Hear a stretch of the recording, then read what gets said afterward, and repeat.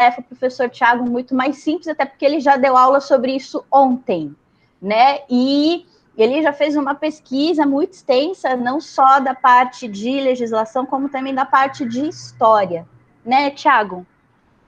Obrigado. Bom, obrigado, Letícia. Primeiro, agradecer o convite do Observatório e agradecer também ao professor Paulo. Acho que tem sido bastante, para mim, tem sido muito proveitoso esses webinars, uma oportunidade de discutir, de aprender, e o pessoal que participa também.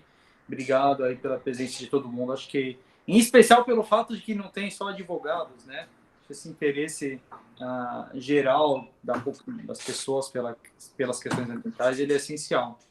E até nesse contexto eu fiquei bastante... É a primeira vez que eu estou dando esse curso lá na PUC, é uma matéria optativa, né? Normalmente quem tinha essa matéria, que foi dada uma vez só, é o outro professor da PUC, o professor André Geraldes. Daí esse semestre, por uma questão de organização de turmas, eu acabei pegando essa turma, né, do curso que eu não criei, mas obviamente é a primeira vez que eu estou dando, tem que criar. Mas a procura que teve eu achei bastante interessante. A gente está com 40 alunos, o que para uma turma de optativa é um número grande, né? Bom número. Então, e é no último ano da faculdade. Normalmente o interesse dos alunos no último ano da faculdade não está muito ligado à Amazônia, né? Eles estão pensando em matérias que ou têm a ver com a OAB ou estão mais ligadas à prática profissional, mas gerou lá um interesse bastante sensível. Mais preocupados em serem efetivados no escritório, né? Tem um monte de preocupação. Assim, o último ano é sempre um ano complicado na faculdade para as optativas, né? Então, assim, ter tido essa procura com o tema Amazônia já acho super interessante. E a gente, daí uma decisão, né, de ao formatar o curso, né, com um semestre sobre a Amazônia. Isso para entrar na pergunta, né, as críticas que têm sido feitas, quais são... Na verdade, acho que a pergunta sempre é qual é o desafio atual para a Amazônia? Desafio em termos de desenvolvimento sustentável. Sempre foi essa a questão, pelo menos da maneira como eu vejo. Quando a gente pega... podemos pegar do ciclo da borracha, mas, na verdade, desde sempre, né, o problema da Amazônia passa por um problema de integração com o resto do país.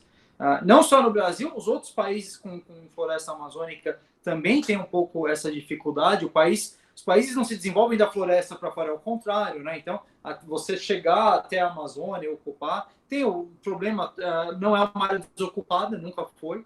Na verdade, sempre teve, antes dos europeus, uma intensa ocupação de populações indígenas, com uma cultura bastante sofisticada até, mas que foi passando por períodos de despovoamento, de genocídio, de extermínio, de uma ocupação mais militar, isso lá atrás, né, para proteger de invasão estrangeira do que realmente desenvolvimento.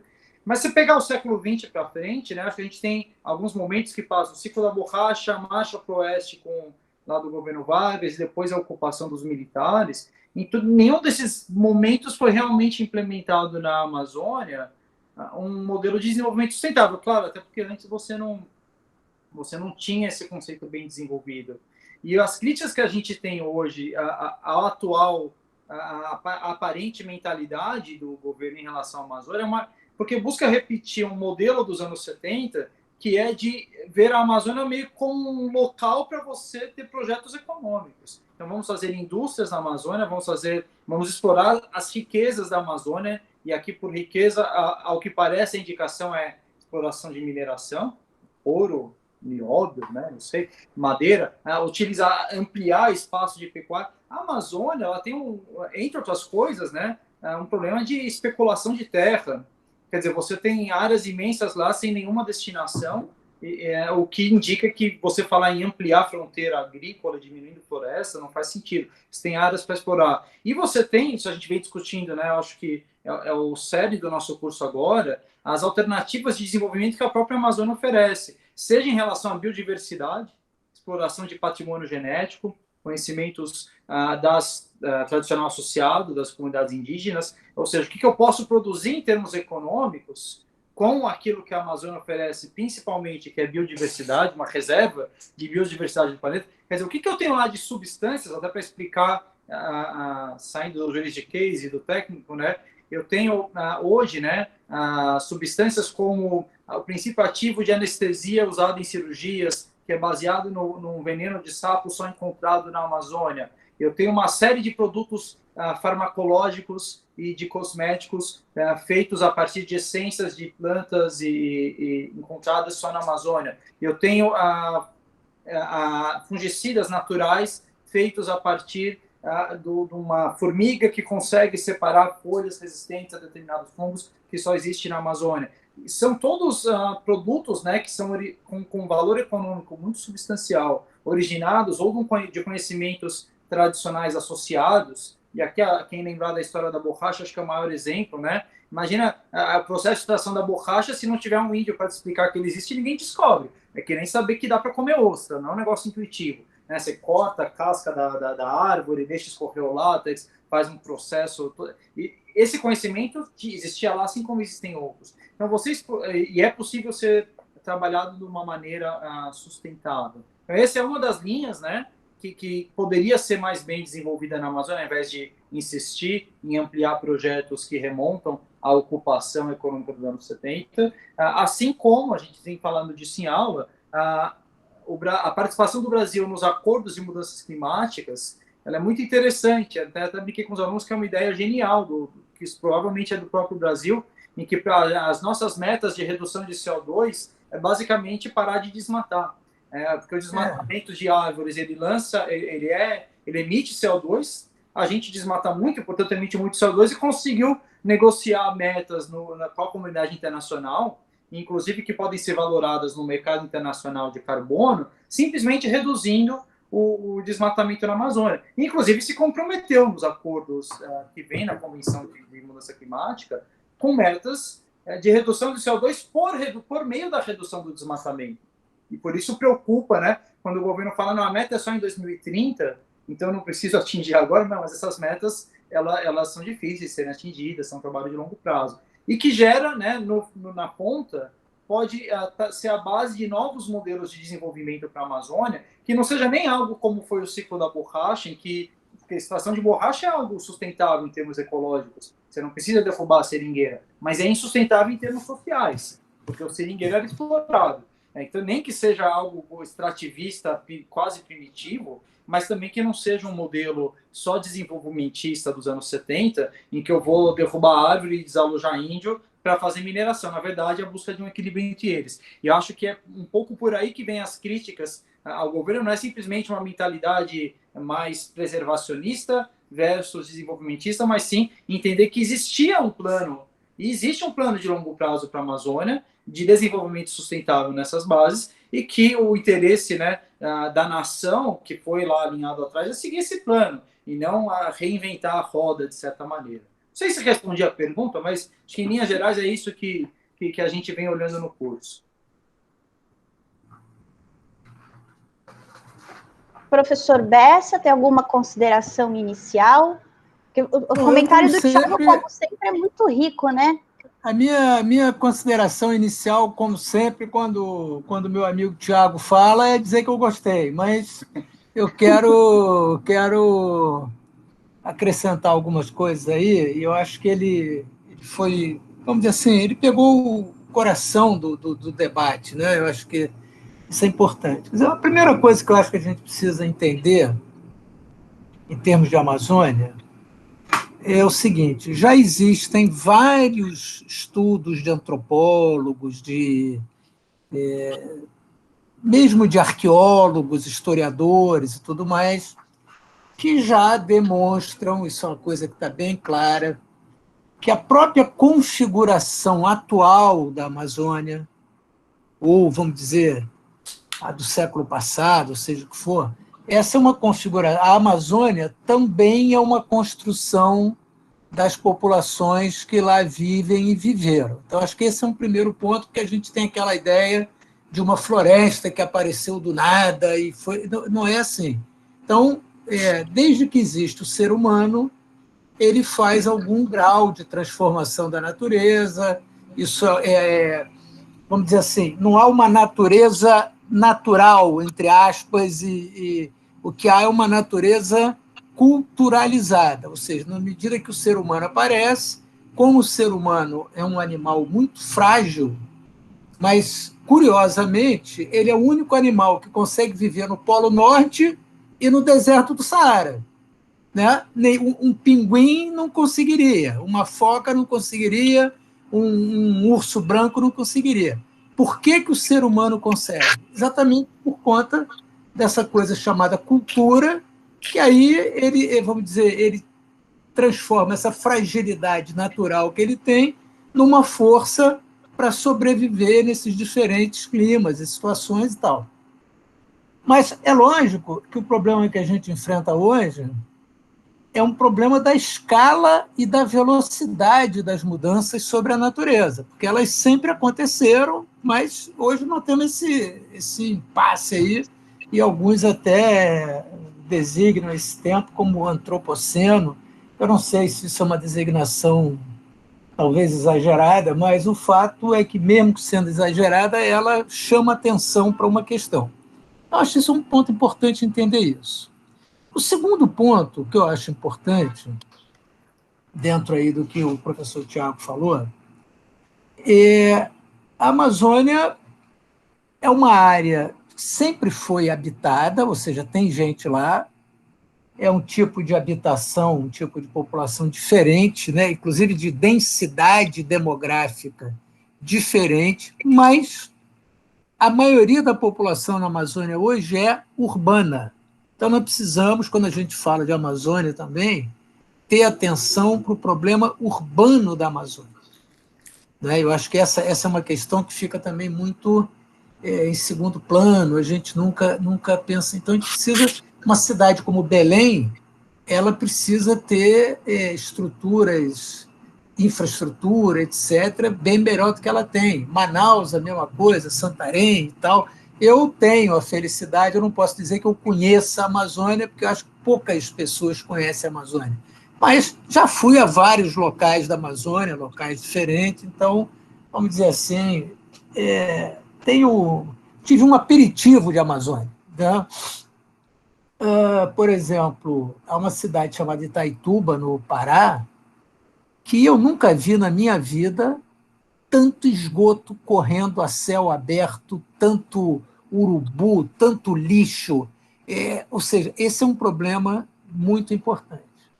Bom, a outra questão que eu acho que a gente precisa entender é a importância da floresta amazônica, e a floresta amazônica não é só brasileira, são 9 países, se eu não me engano, e que, inclusive, tem um chamado Tratado de Cooperação Amazônica, que é um tratado multilateral, que ainda não está devidamente implementado.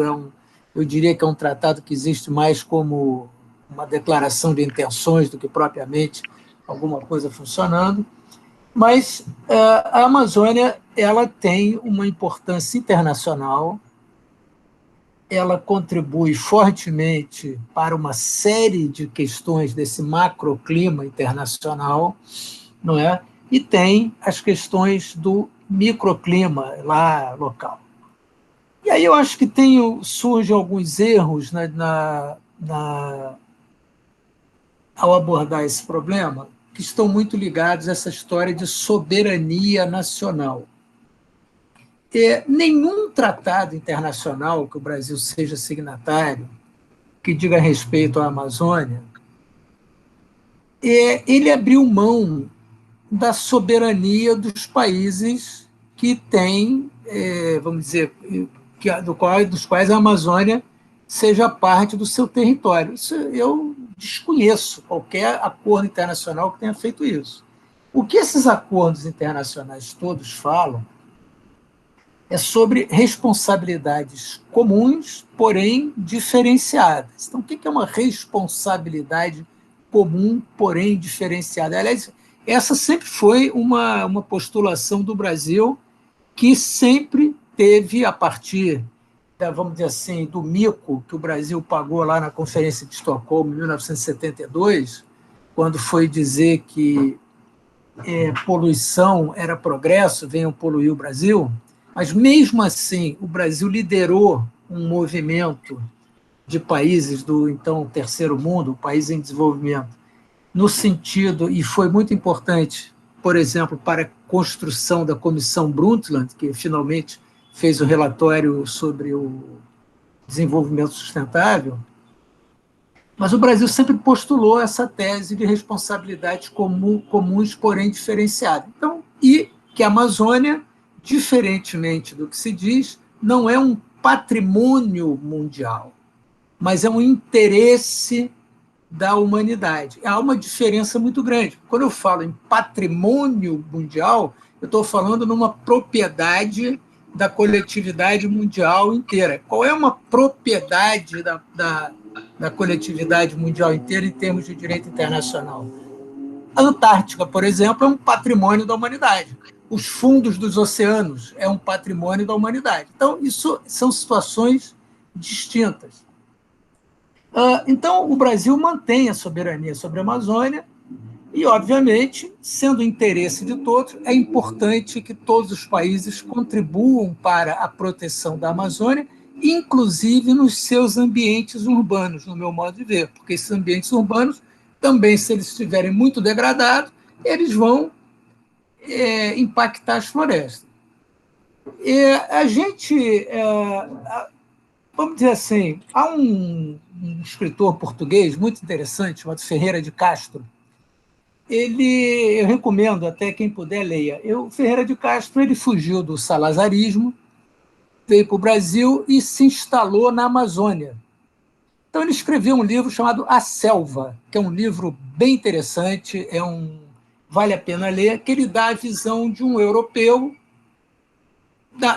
na Amazônia. É um trabalho que realmente vale a pena a leitura. Eu gosto muito desse livro, sempre que posso, releio e tal, e acho muito interessante. Nós não podemos esquecer, eu quero ser breve, mas que realmente aqui esse nosso live aqui, ele tem essa vantagem que ela é muito à vontade, muito tranquila, então eu acho que isso é uma coisa legal. Mas a gente não pode esquecer também que, com relação à Amazônia, existe uma coisa que remonta lá do romantismo, que é aquele chamado mito do bom selvagem. Isso é uma coisa que até hoje também ela mais ou menos permeia toda essa visão não só da Amazônia, mas em geral do Brasil. Então, essas sociedades europeias e tal trabalham muito com esse conceito russoniano do mito do bom selvagem.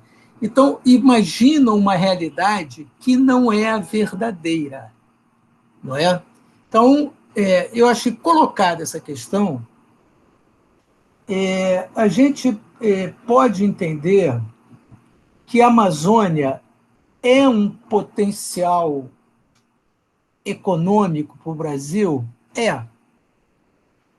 Eu não tenho dúvida. E aí vou dar um exemplo de uma floresta semelhante à amazônica, que é na Costa Rica.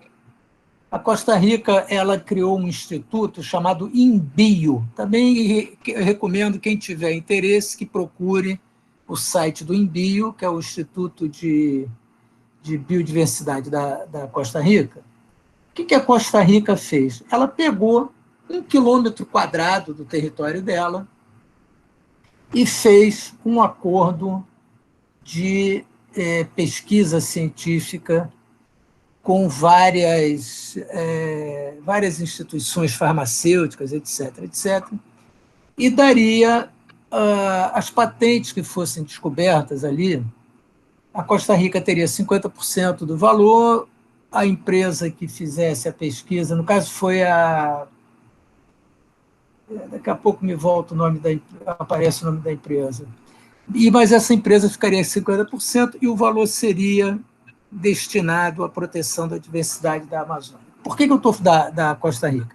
Por que eu estou falando isso? Porque o Brasil, diferentemente da Costa Rica, tem uma massa crítica em universidades, em indústrias, na área de biologia, na área de química, na área de farmácia, que é uma massa crítica grande. Então, o Brasil pode explorar isso com muita facilidade. Por exemplo, o pequi, essa não é amazônica, mas é da região do Cerrado, o pequi, por exemplo, é utilizado originariamente para fazer remédio para glaucoma, não é? O curare, que o professor Tiago falou, que é o tal do veneno do sapo, essa coisa toda, é considerado um anestésico de grande qualidade. É lógico que hoje você faz muito, você consegue sintetizar esses produtos, mas a pesquisa original vem disso. A gente não pode esquecer que a chamada, um dos remédios mais importantes aí que nós temos no mundo, que é a aspirina, que cada dia se descobre uma função nova para a aspirina vem do salgueiro. Então, na Amazônia, certamente, com pesquisa, nós teremos muita coisa dessa. Também é um pouco chocante que a Bahia produza mais guaraná do que a Amazônia. Então, nós podemos ter uma produção, obviamente, e aí o professor Tiago foi muito feliz quando disse que tem que ser uma produção organizada, tem que ser uma coisa bem estruturada, não dá para a gente achar que isso vai ser feito simplesmente sair acatando um pé de guaraná aqui e ali, ou seja, o potencial econômico é muito grande, não é? E, por fim, as metas do Brasil no Acordo de Paris, cá para nós, elas são moleza, porque se é só parar de queimar, é só uma questão de querer, de investir de fato para que não queime, porque é muito mais difícil você ter que alterar o teu parque tecnológico, como muitos países terão que fazer, para diminuir produção de gás carbônico. O nosso caso não é só parar de fazer queimada. Isso já resolve 90% do problema. Então, de fato, aí é uma questão de compromisso do Estado brasileiro com essa questão. Tá? E desculpe se eu me alonguei, mas o nosso amigo Tiago deixou uma dica boa aí. Não, imagina, eu fui anotando aqui tudo que vocês falaram, e, de fato, tem muita coisa para ser dita sobre a Amazônia, né? Então, vocês já falaram sobre a questão do desenvolvimentismo, de como isso pode acontecer dentro da Amazônia, de como essa questão da exploração da Amazônia está ligada aos tratados internacionais dos quais o Brasil faz parte, e de todos os limites que a gente precisa tentar alcançar para poder manter a floresta em pé, né? Inclusive para que a gente consiga continuar aproveitando da floresta todos esses recursos naturais que são tão importantes para a produção de remédios e cosméticos e o conhecimento associado das pessoas, dos povos que vivem na Amazônia. E isso tudo está ligado a uma tentativa, penso eu, da legislação de tentar acompanhar os resultados das pesquisas científicas que mostram para nós, então, a questão das mudanças climáticas, a questão de como a humanidade vem a cada ano esgotando cada vez mais cedo os recursos naturais antes que eles consigam se renovar no planeta. E aí a pergunta que eu me faço, eu enquanto pesquisadora de sustentabilidade da USP, o quanto a gente consegue ter leis e normas que sejam eficazes para, de fato, fazer com que as políticas públicas alcancem aquilo que precisa ser alcançado, né? As metas que precisam ser alcançadas em termos de ciência. Então, a gente sabe que a ideia de tentar trabalhar dentro desses limites é trabalhar com limites que garantam a regeneração da natureza, né? Como o professor Paulo Bessa bem lembrou, não é de hoje, já faz muitas centenas de anos que o ser humano, enquanto espécie, retira recursos da Amazônia. A questão é que, com o passar dos tempos e de forma mais acentuada da Revolução Industrial para cá, esse fenômeno de retirar recursos está sendo tão intenso, que a gente não está dando tempo para a natureza se regenerar. E isso vai acabar refletindo em perda de biodiversidade, em mudança do clima, e para cada efeito diferente, a gente tem um tratado diferente, e parece que, pelo que a gente vê nas notícias, pelo que a gente vê na televisão, parece que não está funcionando, né? Porque todo dia notícia ruim, todo dia alguma notícia mostrando que, de alguma forma, a gente não está alcançando essas metas. Então, para quem está nos assistindo e que não necessariamente é da área jurídica e fica esse ponto de interrogação, as leis ambientais são boas o suficientes ou não, precisa endurecer, vai funcionar se endurecer ou não vai, que diferença vai fazer? Será que as leis são realmente boas o suficiente? É uma discussão que a gente já teve, inclusive, com relação ao Código Florestal, se a PP de 30 metros é suficiente para a vazão do rio, etc.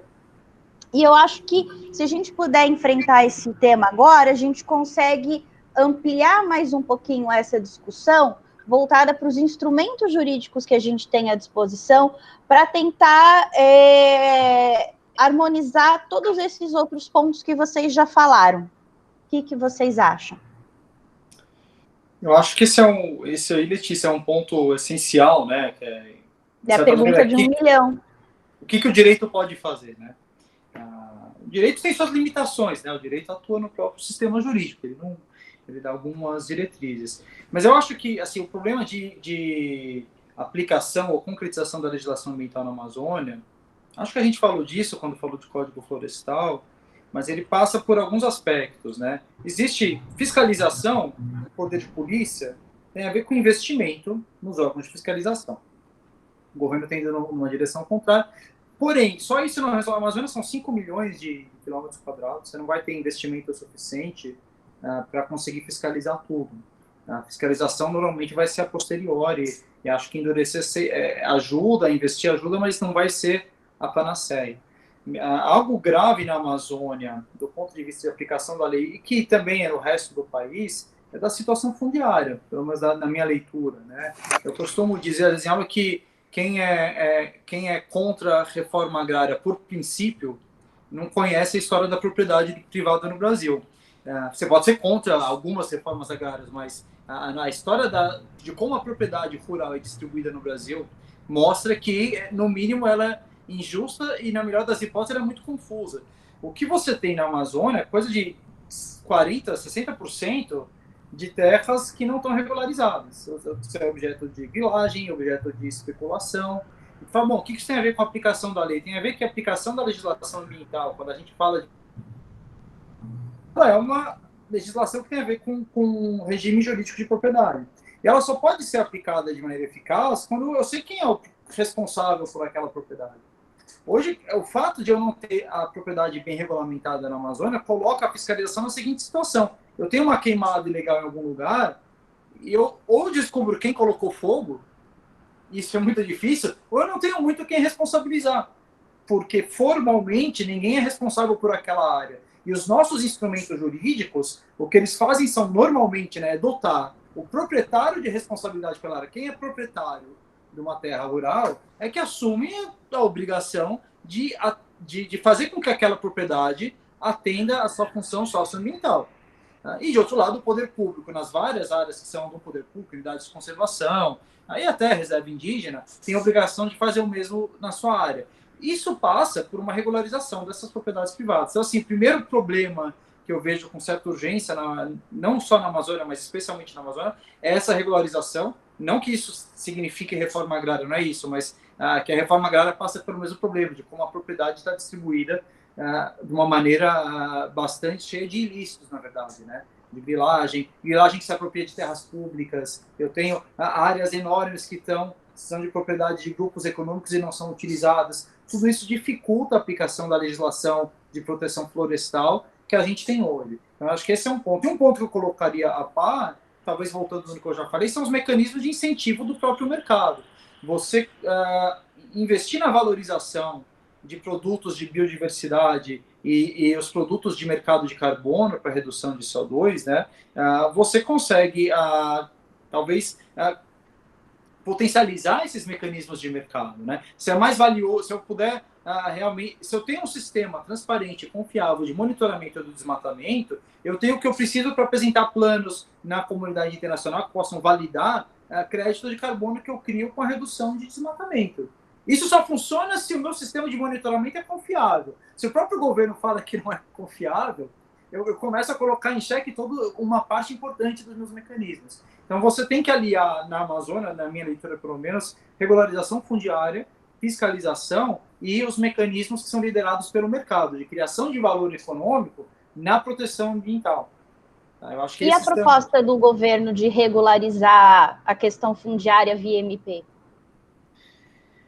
O problema não é regularizar, lógico, o VMP em si é ruim, porque isso, a MP tem todo esse regime jurídico dela, né? Mas a questão é como é feita a regularização. A regularização fundiária significa legalizar a grilagem, eu dando uma promessa implícita de que mais grilagem vai ser regularizada no futuro, eu acho ruim. Eu acho que não foi muito implícita, eu acho que ela foi bem explícita, na verdade. O implícito é a promessa de que no futuro eu vou regularizar de novo. Porque o problema dessas anistias é que qual é o incentivo para que não faça mais grilagem? Pode grilar e esperar que daqui a um tempo eu vou fazer outra regularização. Professor Bessa? Professor Bessa, por favor. Você acha que esse debate que vem surgindo, tornar a Amazônia uma pessoa jurídica sujeito de direitos, vai resolver? Letícia, deixa eu te dizer uma coisa. Eu, com todo respeito, pode ser que com a idade a gente vai envelhecendo e tal, a gente tenha dificuldade de compreender certas coisas. Para mim, claramente, eu acho que isso são criações. Veja bem, a Amazônia é um sujeito de direito, está ótimo. A Amazônia vai propor uma ação na justiça? Não. Alguém vai fazer isso. Então, na verdade, isso é uma bobagem. Desculpe a expressão, mas isso não tem o menor sentido. Agora, o que me parece é o seguinte: o que o direito pode fazer com isso? Eu acho que a colocação aí do professor Tiago foi interessante, mas agora eu vou fazer uma provocação nele. Porque, veja, na década de 70, foram concedidos diversos incentivos para a Amazônia, incentivos tributários e etc., que era exatamente para desmatar. Então, veja, nesse aspecto, aquela legislação funcionou. Por quê? Era incentivo para desmatar e o desmatamento foi feito. Então, ou seja, o direito pode ajudar. Uma coisa que eu acho que a gente tem discutido pouco é sobre a questão da Zona Franca de Manaus. Por quê? Há uma discussão tributária com relação à Zona Franca de Manaus, se é uma competição contra a indústria de outros lugares e tal. Então, tem essa polêmica toda, mas se a gente analisar, por exemplo, o estado do Amazonas, ele é um estado que tem muito menos desmatamento. É claro que, como ele tem o Rio Amazonas no meio do caminho, sempre há uma dificuldade maior de passar gente do que em relação ao Pará. Mas o fato é que o estado do Amazonas tem menos desmatamento do que os outros estados da Amazônia. Ele ainda é, vamos dizer, um lugar que está mais ou menos pristino, dentro do que a gente poderia usar esse conceito. E eu atribuo, de certa maneira, à Zona Franca de Manaus um papel nesse evitar esse desmatamento. Por quê? Porque, o bem ou mal, ela tem lá um emprego mais ou menos industrializado, ela consegue dar uma remuneração mais ou menos para as pessoas que trabalham lá e ela emprega aquela gente toda. Não estou dizendo que seja uma maravilha, acho que há muita crítica, mas não é esse o ponto. Mas a gente precisa entender, tem que fazer um pouco essa comparação. Eu acho que merece um estudo isso. Até que ponto a Zona Franca de Manaus contribuiu para evitar o desmatamento no estado do Amazonas? Se essa tese for verdadeira, o que a gente pode entender? Que, ao gerar determinado tipo de emprego, de renda, etc., você diminui a pressão na floresta. Porque o que acontece? Esse desmatamento ele tem um lado assim super cretino. porque vai aquelas legiões de pobres a sair, a derrubar tudo, fazem aquela primeira onda, né, de detona tudo, daqui a pouco aquele pessoal vai embora, alguém aparece e toma conta daquela área. Embora eu também entenda que hoje mesmo tinha uma entrevista no jornal o Globo com o Fernão Bracha, que atualmente é o presidente do Banco Itaú, e ele estava falando de pressão de empresários, né, de big business, contra o desmatamento da Amazônia, etc, etc. Então, eu acho que nós temos que caminhar para uma espécie de um acordo nacional com relação à Amazônia, que é o seguinte: desenvolvimento agrícola, desenvolvimento pecuário, só em áreas que já estejam degradadas. Então, tinha que ser feito o que foi feito no Canadá alguns anos atrás, chamado Acordo Verde do Canadá. Então, nós temos que fazer um acordo Amazônia. Esse acordo tem que definir essas questões, né? Ele tem que definir essas questões. Eu acho que, por exemplo, é importante regulamentar a Convenção 169 com relação ao consentimento prévio informado das populações tradicionais e povos indígenas. Por quê? Porque eles precisam autorizar, eles precisam concordar com um determinado tipo de atividade. Ou seja, mineração, o que for. Isso é importante, o Brasil é membro dessa convenção, da OIT, nós precisamos regularizar isso. Esse acordo, ele precisa entender isso. Nós vamos usar as áreas degradadas. Ah, professor, mas acontece que o Código Florestal admite cortar e tal, tarará, tarará. O Código Florestal admite cortar. Mas eu acho que se a gente está querendo mudar esse jogo, mesmo quem ainda tem direito legal de cortar, de alguma maneira tem que entrar nesse acordo e abrir mão de fazer esse corte. Porque eu não sei se esse corte é tão importante assim, tá? E aí pode ser, aí é toda uma negociação que pode ser feita, toda uma discussão, mas isso precisa, nós temos que fazer um grande acordo nacional para isto. Por quê? Tudo no Brasil hoje, em termos de comércio internacional, depende da Amazônia. Chamo a atenção que a Organização Mundial do Comércio ela estabelece várias coisas que ela considera como barreiras não tarifárias à livre circulação comercial. Meio ambiente e saúde pública não estão colocadas como essas barreiras não tarifárias. Então, veja, qualquer país que diga, olha aqui, o Brasil é um país que está produzindo a soja de uma maneira ambientalmente não sustentável. Ele pode barrar a soja brasileira, ele pode barrar o gado brasileiro, ele pode barrar isso e aquilo legalmente. E se for montado um painel na OIT, na OMC, vai perder, porque a ideia é que não faça assim. Então, é importante, o Brasil precisa entender isto. E aí, o que me parece, é uma expressão que eu gosto muito do Fernando Gabeira, que é uma expressão interessante. O governo brasileiro de hoje ele tem uma retropia, ele tem uma utopia do passado, não é? Ele tem uma utopia do passado. A gente vê claramente, por exemplo, que a ministra Tereza Cristina, ministra da Agricultura, ela tem uma visão muito melhor sobre meio ambiente do que o próprio ministro do Meio Ambiente. Isso é uma coisa inacreditável que o país esteja numa situação dessa, não é? E nós não podemos, isso foi uma coisa que veio para ficar, nós não temos como retroceder nesta situação. Não é? Chama atenção, e vou encerrar agora, o Banco Mundial e a IFC, que é o braço privado do Banco Mundial, quando eles começaram a pensar em padrões de sustentabilidade para dar os financiamentos, foi devido principalmente a um caso brasileiro chamado Polo Noroeste, que foi uma estrada de Cuiabá para Porto Velho.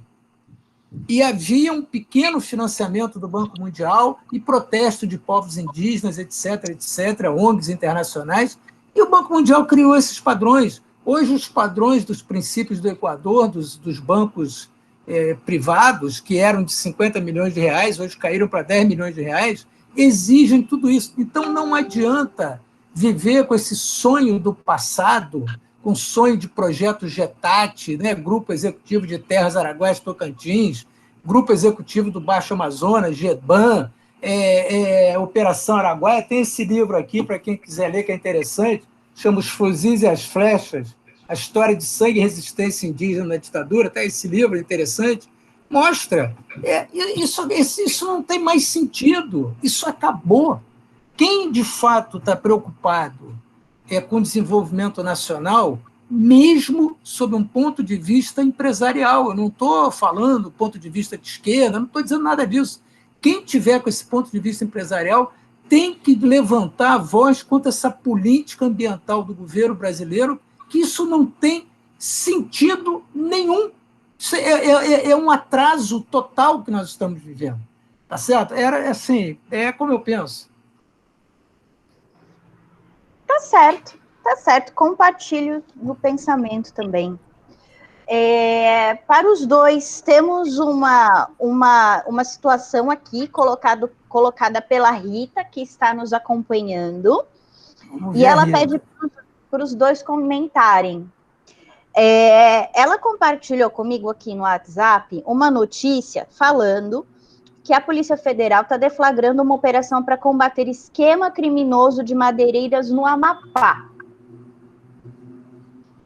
Que enfim, o manejo de floresta, as madeireiras, elas são a principal atividade econômica do Amapá, basicamente, né? Além da extração de manganês. Não tem muita coisa no Amapá. Enfim. Como eu falei que eu tinha conhecendo a Amazônia, eu conheço o Amapá. Já trabalhei lá na tribo Ayampi e tal, conheço o Amapá. Então, é isso. Não cheguei tão longe, eu cheguei até Ferreira Gomes. De Ferreira Gomes até o Oiapoque ainda tinha 300 quilômetros. Mas a Rita diz, né, tá colocando essa situação e ela pondera o seguinte: será que essa situação de madeireiras ilegais, elas não se perpetuam, inclusive porque existe uma demora dos órgãos ambientais para aprovar os planos de manejo florestal? E aí ela fala que o Estado, né, deveria se sentar com a União, professor Bessa, acho que mais ou menos nessa linha que já estava falando, né, do Acordo Amazônia, né? Então a Rita diz que deveriam os representantes das unidades federativas conversarem e propor aí uma solução pacífica para não obrigar empreendedores a entrar em licitudes, partindo aí do pressuposto que essa madeireira ilegal seria um empreendedor constituído que acabaria exercendo a atividade antes de receber a autorização do plano de manejo por conta da demora de receber essa resposta do governo. E peraí que ela está digitando, deixa eu ver se ela quer me falar alguma coisa. Ela está animada, hein? Ela tá, eu falei para ela falar, mas ela tá meio que ocupada, ela tá ouvindo a gente digitando. Ela tá falando aqui. E que eles não podem deixar de cumprir a lei. Então, realmente acaba ficando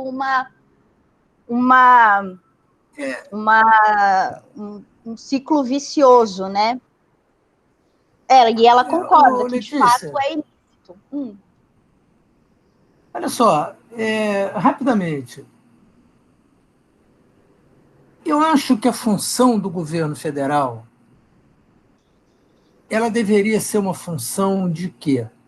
Primeiro, de financiar os órgãos estaduais, ajudar a financiar os órgãos estaduais, estabelecer algumas diretrizes a partir desse financiamento que ele desse, delegar funções e controle.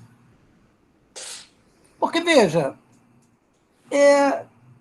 não tem como eu querer fazer uma análise de um plano de manejo em Brasília para uma situação no Amapá. O Amapá tem um órgão ambiental modesto, com dificuldade. O Estado, na minha opinião, o Estado do Amapá não deveria nem existir, deveria continuar como território. mas criaram o Estado do Amapá, que é praticamente sustentado pela União. Estabelecido esse parâmetro, você teria muito mais velocidade para fazer isso tudo, né? Para vocês, eu vou contar um milagre, mas não vou dar o nome do santo. Eu conheci um caso de uma concessão florestal. A concessionária estava fazendo tudo direito e foi acusada porque um terceiro fez desmatamento na área dela. Ora, a última coisa que uma concessionária de exploração madeireira quer é fazer um desmatamento ilegal, porque o negócio dela é legal. Ela vende madeira porque a madeira é legal. O ilegal ela não quer.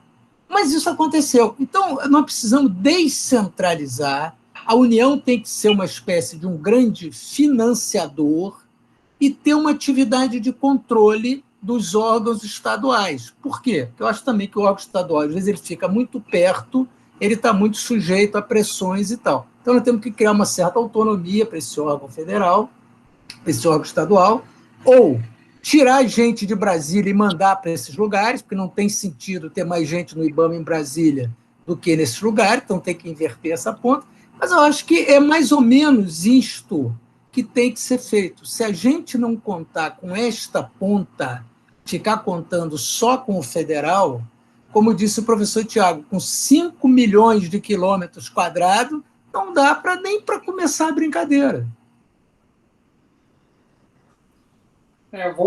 Eu acho, Letícia, que da pergunta da Rita, primeiro, né, acho que a gente tem que colocar no contexto maior. O problema da Amazônia é o desmatamento, são as madeireiras que não conseguiram ter a aprovação do plano de manejo. Eu acho que talvez fazendo uma comparação aqui, que pode ser muito arriscada, mas você pensa no seguinte, né?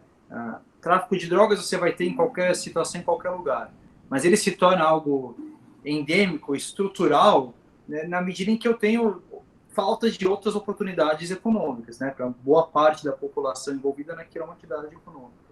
Então, o ponto, e isso me remete ao que o professor Paulo falou, as alternativas até urbanas de desenvolvimento, que você tem uma falta tão grande de alternativas no Amapá, das quais participa essa dificuldade. Eu não consigo nem montar uma madeireira para explorar para concessão florestal, porque o meu projeto de manejo vai para Brasília e não é aprovado. Então, acho que juntaria isso, lógico, você tem uma descentralização que ajudasse a aprovar mais rápido, mas também um projeto de desenvolvimento local que dê alternativas. Não é possível que o Amapá só tenha como oportunidades econômicas, mineração, extração de madeira, né, ou manganês ou madeira. Será que não tem nada mais que possa ser feito lá no Amapá? A gente não tem outras... 90% do estado é RPPN, unidade de conservação. Sim, mas o que você não consegue fazer são alternativas que demandem você desmatar e você usar. Você não consegue, por conta do âmbito de proteção, fazer pecuário, fazer outras coisas. Mas será que não consegue implementar projetos que tenham a ver com biodiversidade, que tenham a ver com outras, ou que tenham a ver com alguma industrialização na área urbana? E, de fato, a Zona Franca de Manaus, o professor Paulo falou, preparando o curso, né, a gente chegou a comentar isso. Tem estudos que mostram, sim, que a Zona Franca de Manaus diminuiu o desmatamento no estado do Amazonas. Porque, entre outras coisas, ela é uma opção. Muito do desmatamento lá no local ele não é fruto de grandes empresas. E as grandes empresas, normalmente, elas estão com uma atividade seguramente mais legalizada. Mas eu tenho pequenos e médios produtores, né, que acabam causando desmatamento ilegal, justamente porque eles têm aquela única atividade que eles conseguem fazer. E aí eu tendo alternativas na Zona Franca de Manaus, que tem outras críticas e outros problemas, inclusive um problema de gerar dependência do local, não gerar acúmulo de tecnologia, mas que beneficia nesse sentido. Então, eu acho assim, claro que você ter a demora de aprovação do plano do manejo é um problema particular daquela madeireira que pode ser trabalhado. Mas quando eu me pergunto se a solução para a Amazônia, assim, não, o problema aí está no contexto maior, porque a Amazônia acaba ficando quase como uma reserva extrativista. Ela é tratada como um território do Brasil, não como parte do Brasil. Então é um lugar onde eu vou explorar e vou tirar coisas, e eu não vou desenvolver. Isso até hoje, em larga medida até hoje. A gente conta pouco com os poderes locais, com os político local dos estados amazônicos. Eles têm aquilo que a gente chama de centrão fisiológico. Você não tem lideranças políticas locais relevantes defendendo os interesses locais. Eles têm essa linha. Historicamente é isso. E enquanto a gente mantiver esse modelo... é senador pelo Amapá. Sarney é senador pelo Amapá. Foi, né? Mas, Letícia, veja só, o Amapá, por exemplo, que é um estado pequeno, com a população pequena, eu acho que o Amapá não deve ter 1 milhão de habitantes. Veja, num estado pequeno, com uma população pequena, com 4 governos, uma política definida, você resolve o problema. Você pode, com essa população pequena do Amapá, por exemplo, em 20 anos, educar aquela população toda para ter um monte de pesquisadores de diversidade biológica, de remédio, de fármaco, entende? Isso é possível. Isso é possível. Agora, o Tiago pegou um ponto aí muito importante. A representação amazônica no Congresso Nacional ela é desproporcional ao número de habitantes, ela é superdimensionada, mas eles não têm, na sua maioria, nenhum compromisso com a região, a não ser compromissos com si próprios. Porque, veja, um país como a Finlândia, que é um país pequeno, que era um país também que, quando quebrou a União Soviética, sofreu muito economicamente, a Finlândia educou todo mundo, hoje é um lugar de alta tecnologia. O Amapá também pode ser um lugar de alta tecnologia, por que não?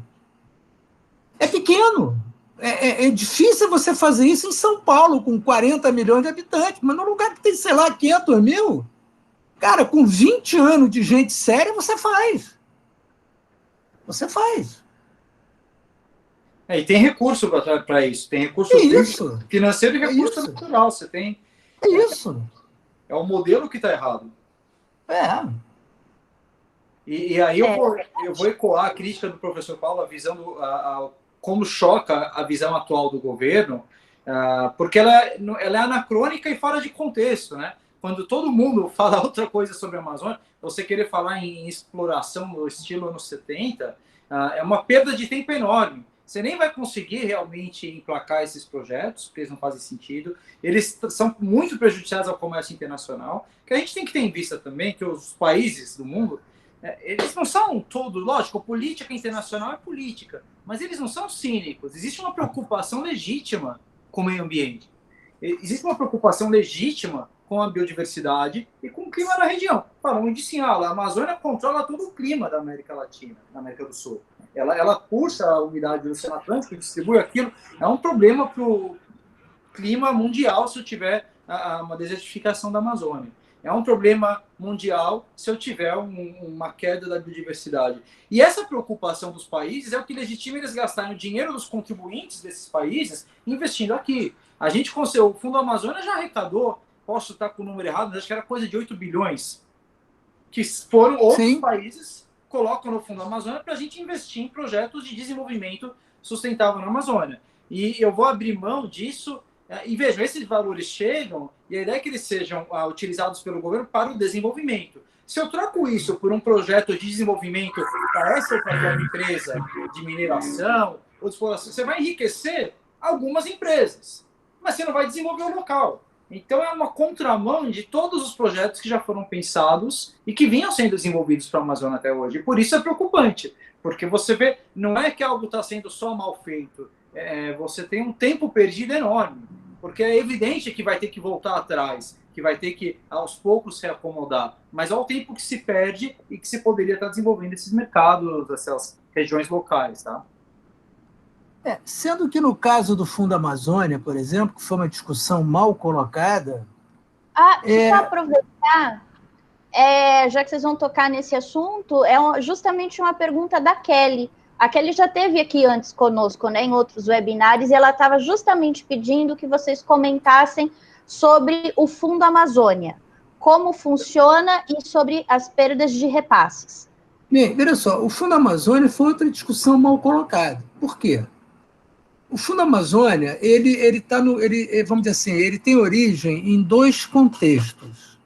Ele tem origem no contexto da Convenção de Diversidade Biológica e ele tem origem no contexto do Acordo de Mudanças Climáticas. Então, por quê? Lá, nesses dois acordos internacionais, eles têm os mecanismos de financiamento do próprio acordo internacional, mas é autorizado que países membros desses tratados que eles possam criar outros mecanismos financeiros para implementar as suas obrigações. Então, basicamente, a Noruega e a Alemanha criaram esses outros mecanismos e esse outro mecanismo virou o Fundo Amazônia. Bom, aí vem ou a má-fé ou a desinformação. O que acontece? Normalmente, nessas doações internacionais, porque ali é uma doação ao fundo perdido, normalmente nessas doações internacionais, o país doador ele faz essa doação através das suas agências próprias. Então, você teria um banco de desenvolvimento alemão, você teria um banco de desenvolvimento norueguês e tal, que fariam essas doações. Então, o Brasil, por exemplo, já conseguiu um feito diplomático importante, que foi o quê?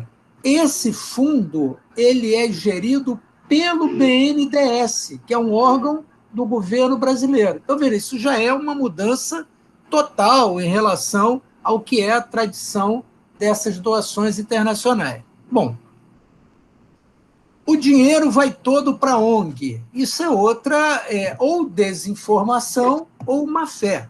Por quê? Isso está no site do BNDES, basta ir lá e ver.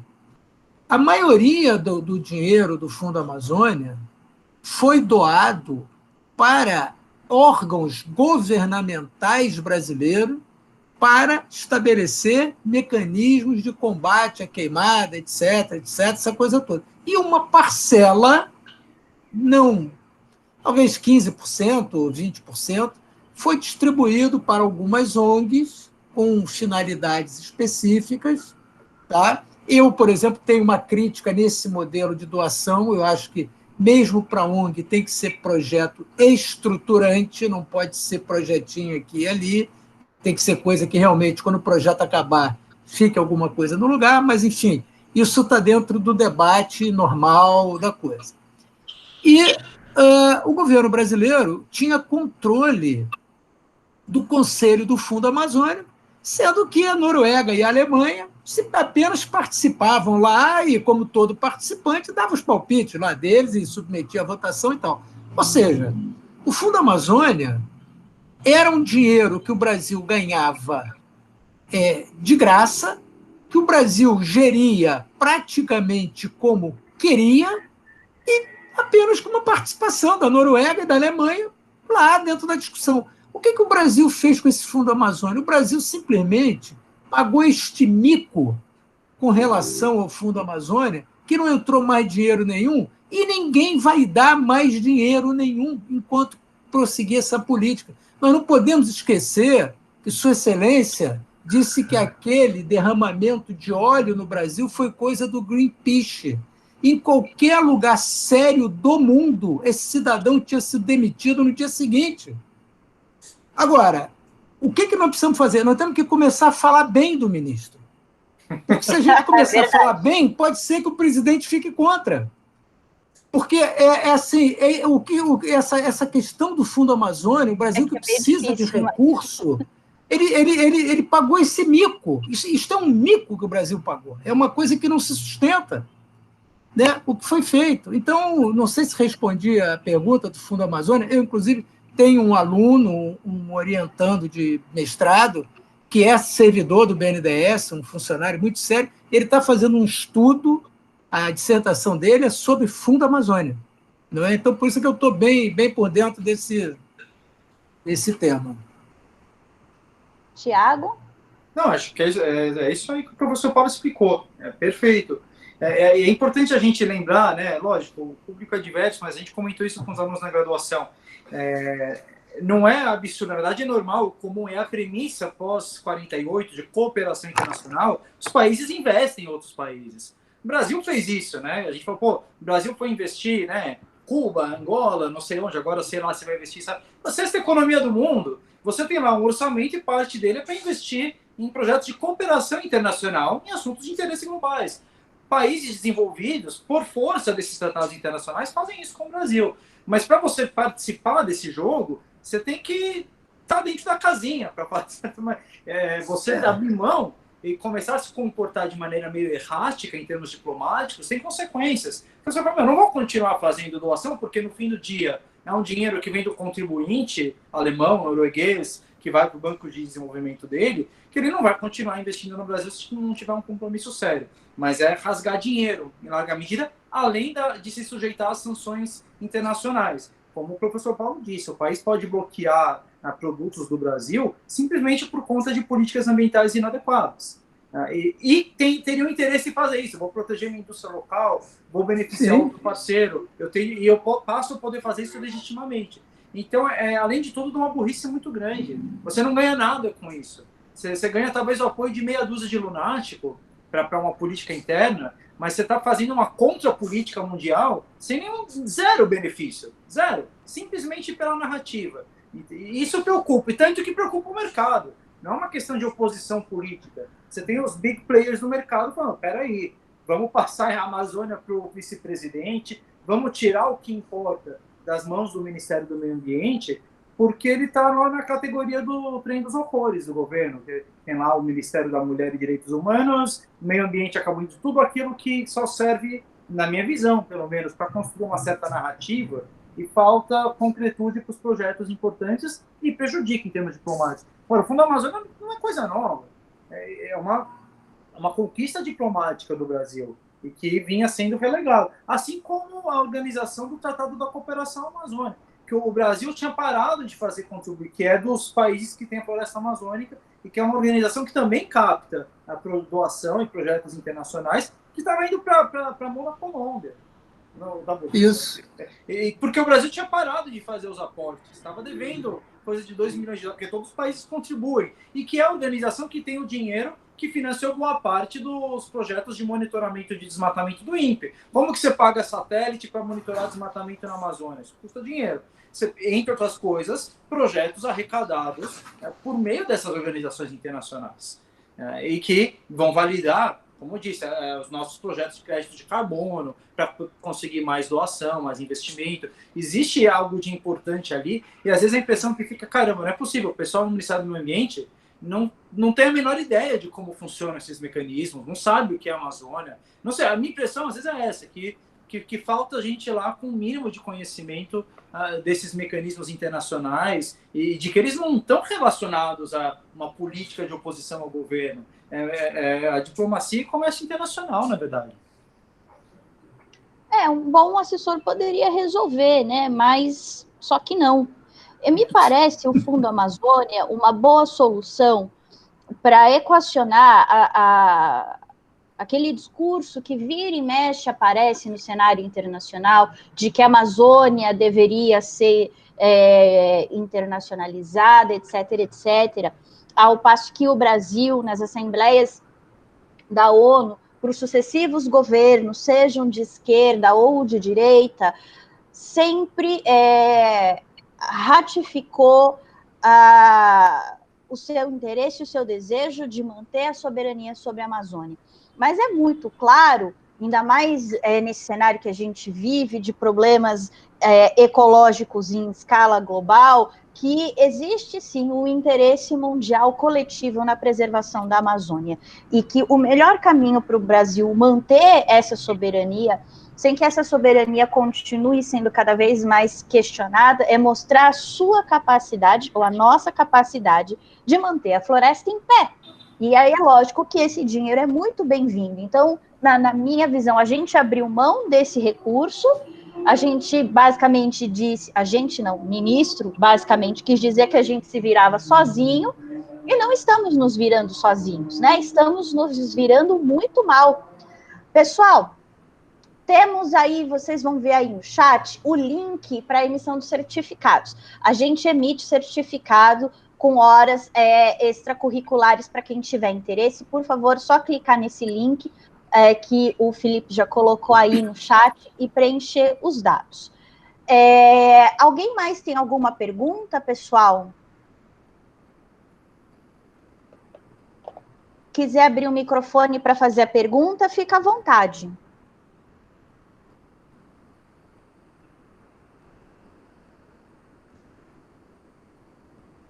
Bom, parece que não. A gente tem aí ainda alguns minutinhos para o final. Vocês querem fazer suas considerações finais, então, professores? Se alguém mudar de ideia e quiser fazer... Camila Pires, poderiam falar um pouco sobre o Conselho da Amazônia? Bom, o Conselho da Amazônia, o que é? O Conselho da Amazônia foi a demissão do ministro do Meio Ambiente pelo presidente da República, sem dizer que tinha demitido, entregou para o vice-presidente Mourão, que me parece ser uma pessoa conhece a Amazônia, porque trabalhou lá há muito tempo e, portanto, conhece bem a Amazônia. Foi uma maneira de tentar, vamos dizer, dar uma resposta internacional para isso. A ideia é que ele consiga organizar algumas ações, organizar algumas medidas, mas me parece que ele não significa, ele não é um empenho de fato do governo brasileiro nisto. Então, nós ainda vamos ter que aguardar para ver, vamos ter que esperar um pouco, mas, na prática, ele significa tirar o Ministério do Meio Ambiente de questões relacionadas à Amazônia. Eu acho que esse é o recado que está dado. Tiago? Eu acho que é exatamente isso. Eu vou complementar também dizendo, acho que é importante, assim, tem muita coisa para a gente falar de Amazônia, podemos ficar aqui um tempão de vários temas, mas acho que é importante ter essa noção.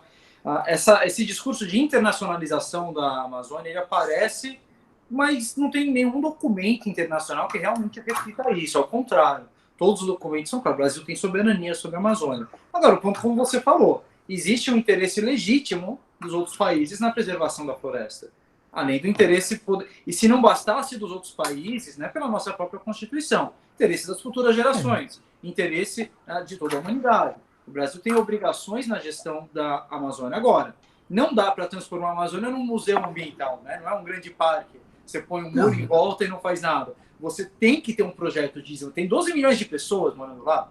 Você tem que fazer alguma coisa. Você tem uma participação econômica relevante. Então, o desafio é justamente você conseguir pensar em como trazer desenvolvimento, saneamento. Você não pode ter cidades, centros urbanos como você tem, com esgoto a céu aberto, ainda em proporções grandes. Então, investir, né, ter o custo-benefício desses investimentos, estrutura urbana, porque a Zona Franca de Manaus ajudou no desmatamento, mas não ajudou tanto na estrutura urbana de Manaus. Aliás, tem estudos que falam que o ciclo da borracha trouxe mais desenvolvimento urbano para Manaus do que a Zona Franca. Que a Zona Franca trouxe um monte de gente, sobrecarregou a estrutura e não deu muitas contrapartidas. Eu acho que encarar esses desafios, e pelo menos a maneira desenhada a partir de 88, é de descentralização. Você ter o governo federal financiando os órgãos locais, capacitando os órgãos locais, porque conhece a realidade local. A Amazônia sofre com o problema de todo mundo trazer a solução para ela e ter pouca participação das lideranças locais envolvidas nesse processo.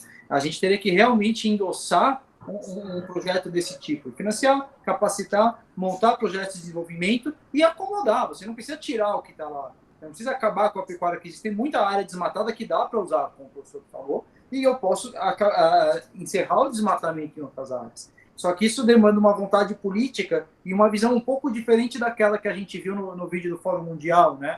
Vamos explorar as riquezas da Amazônia. Não, como se fosse, acho que chega a falar em Novo Eldorado, né? Que é uma expressão vem lá do século XVIII, uma cidade dourada. Não é Eldorado. Pepitas de ouro na Amazônia. Mas acho que é isso. A gente tem a noção de que o desafio é esse. Não dá para. O desafio é justamente porque não dá para ser simplesmente conservacionista com a Amazônia. A gente tem que conseguir integrar um projeto de desenvolvimento, tem muitas carências locais. Que tem que ser isso, Tiago.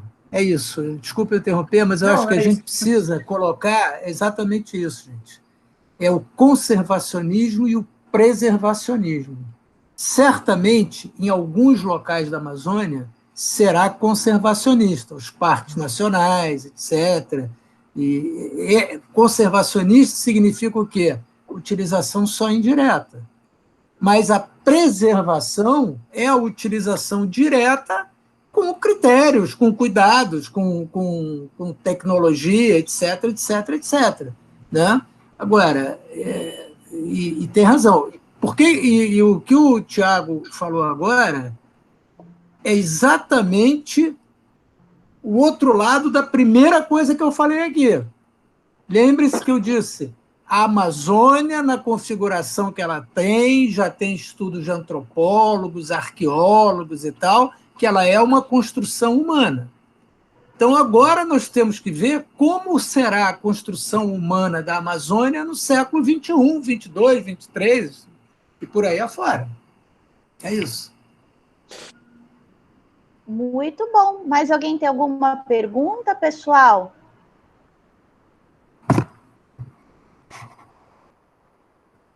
Vamos ver aqui no chat. Tem a Rita elogiando a gente. Mais ninguém? Eu vou passar, então, para os professores para fazer as considerações finais. E eu queria, enquanto eles fazem isso, convidar vocês a abrirem as câmeras para a gente fazer o nosso selfie, a nossa foto, com todo mundo com a câmera ligada. Isso. É de uma maneira de todo mundo participar, né? Senão a gente não nos vemos todos. A Camila está pedindo indicação de livro. Camila, professor Paulo Bessa Antunes deu várias indicações. Eu me lembro da Fuzis e Flechas, né? Flechas e Fuzis. É esse aí que ele está mostrando na câmera. Fuzis e as Flechas é um livro legal. E um que eu acho que vale a pena o do também... português. A Selva, do Ferreira de Castro. E esse aqui é um livro legal também, que é muito sobre a Amazônia, que é da Manuela Carneiro da Cunha, chama História dos Índios no Brasil. Tem muita coisa sobre a Amazônia, bem interessante. Tá? Tiago, livro aí?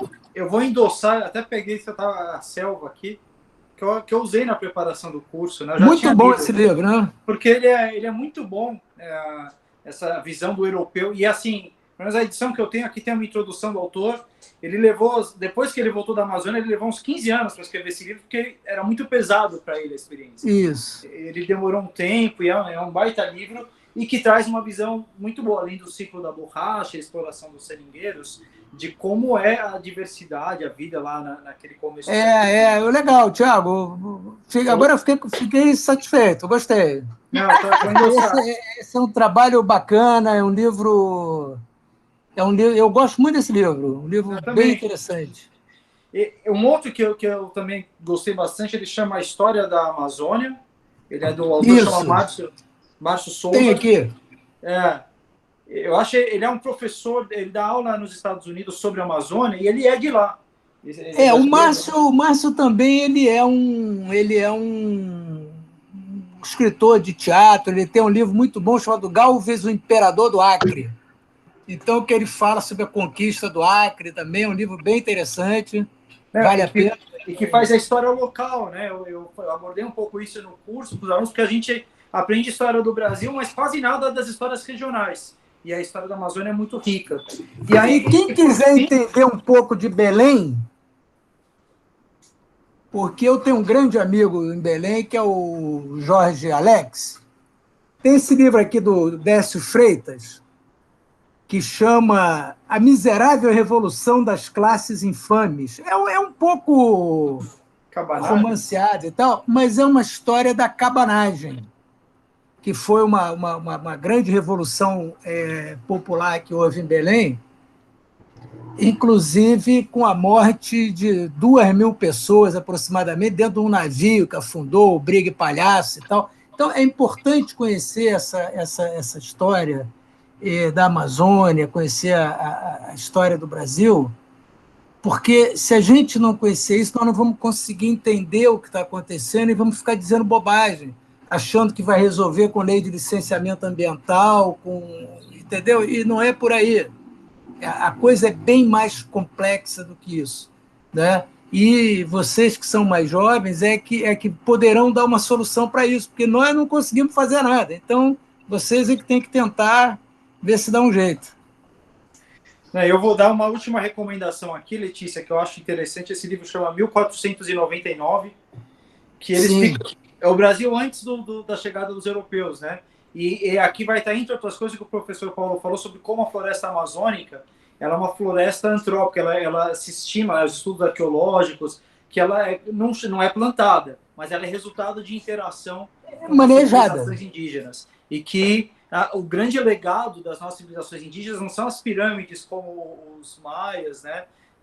Mas que eu tenho essa floresta e tenho suficiente complexidade para comparar o avanço dessas civilizações indígenas pré-Cabral com o que a gente encontra no resto dos Andes, América Latina, América Central. É bem interessante esse livro aqui também, bem do ponto de vista de arqueologia, enfim, fica a recomendação.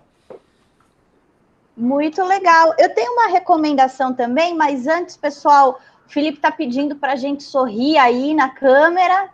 Ele vai fazer o print da nossa foto. Tá bom, Felipe?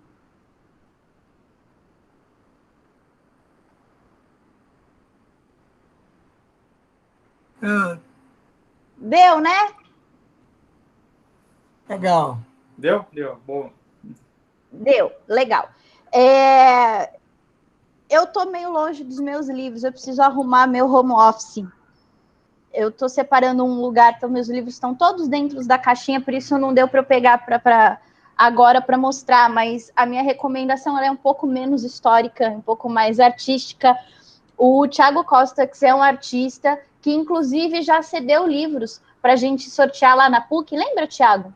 Lembro. A gente sorteou em alguns eventos. Ele é um artista plástico e ele tem ascendência indígena, então ele se preocupa muito com essas questões. E ele fez recentemente um documentário que eu fui uma semana antes de começar a quarentena lá no MIS, Museu da Imagem e Som, e ele fez uma intervenção artística com personagens do folclore. Como é que chama aquele pessoal que mora no gelo? Inuit. Isso, Inuit. Né? Com personagem do folclore Inuit na Amazônia, e depois ele foi para a Amazônia representar lá personagens do folclore da região da Amazônia. E, claro, além das intervenções artísticas que resultaram num livro de fotos, ele também produziu um documentário. Me parece que, se vocês entrarem no site do MIS, dá para ver algumas fotos na exposição virtual. A exibição do documentário, enfim, ficou prejudicada por conta da pandemia, mas vocês podem acompanhar o trabalho dele também pelo Instagram. E é interessante que ele mostra, né, lá na Groenlândia, onde ele vai fazer as intervenções dele, ele já foi para a Groenlândia e para a Islândia, então ele mostra, ele já foi vários anos e ele vai mostrando como o gelo está deixando de ser branco e passando a ser cinza, que é o resultado da poluição, né, que já está chegando lá no extremo norte do planeta. E, gente, eu quero agradecer a Camila, a Kelly, a Júlia, a Rita, duas Camilas aqui, né? Vocês pelos elogios, por estarem aqui com a gente até agora, que a gente está acabando. Convidar vocês para voltarem sempre. A Cir Moreira também. Já vou passar para os professores se despedirem, mas só lembrando que vocês vão receber no e-mail do pós-evento nosso, vocês vão receber os links para acompanhar o Instagram dos dois professores, do professor Thiago, do professor Bessa. Quem pediu o certificado vai receber o certificado, e vocês vão receber também um cupom com 5% de desconto da Green Finger, que é parceira nossa aqui do Observatório. Eles trabalham, são meninas, é um projeto de mulheres que trabalham com plantas e decoração de plantas, e a proposta delas é muito legal. Elas mandam para outros estados via Sedex. Claro que não dá para mandar planta dentro do Sedex, mas diversas opções de vasinho. Tá muito bacana. Eu comecei a pôr mais plantas em casa e isso reduz bastante a temperatura, um microclima melhora bastante. Professor Tiago, suas considerações finais? Só agradecer o convite, agradecer o professor Paulo e você pela conversa. Acho que é uma oportunidade, como sempre, ótima para a gente, dessa maneira bastante informal, né? Pelo menos eu tenho gostado. A gente não segue um roteiro de aula, coisa assim, mas pegar aqueles temas que no nosso dia a dia, na nossa pesquisa, preocupam mais. Muita coisa pode ser dita sobre a Amazônia, mas acho que a gente conseguiu aqui passar uma percepção daquilo que está no coração aí do problema. Então, acho que é só agradecer e agradecer o pessoal que está aí até agora acompanhando a gente. Obrigado. Professor Bessa. Letícia, é um pouco na linha aí do professor Tiago. Eu acho que nós conseguimos uma fórmula aqui no Observatório, que é uma fórmula bem legal, entendeu? Da gente ficar trocando ideia, conversando e passar informação, indicar livros, não é? Agradecer aí o pessoal que está assistindo e também peço até que ajude a divulgar, porque eu acho que essa maneira que a gente faz aqui, que é uma maneira muito informal, eu acho que é uma maneira boa, valiosa. A turma aí dos certificados, né, das horas de atividades complementares de faculdade, isso eu considero muito importante. E, assim, fico bem satisfeito de participar disso aqui, agradeço e vamos em frente, até a próxima. Pessoal, muito obrigada a todos. A gente tem recebido a sugestão de vocês para os próximos webinários. A gente vai conversando aqui em função de agenda, em função de tema. Continuem mandando as sugestões, a gente vai aproveitar todas com grande certeza. Muito obrigada a todos. A gravação vai depois para o YouTube. Espero vocês na próxima. Tchau, tchau. Tchau, tchau.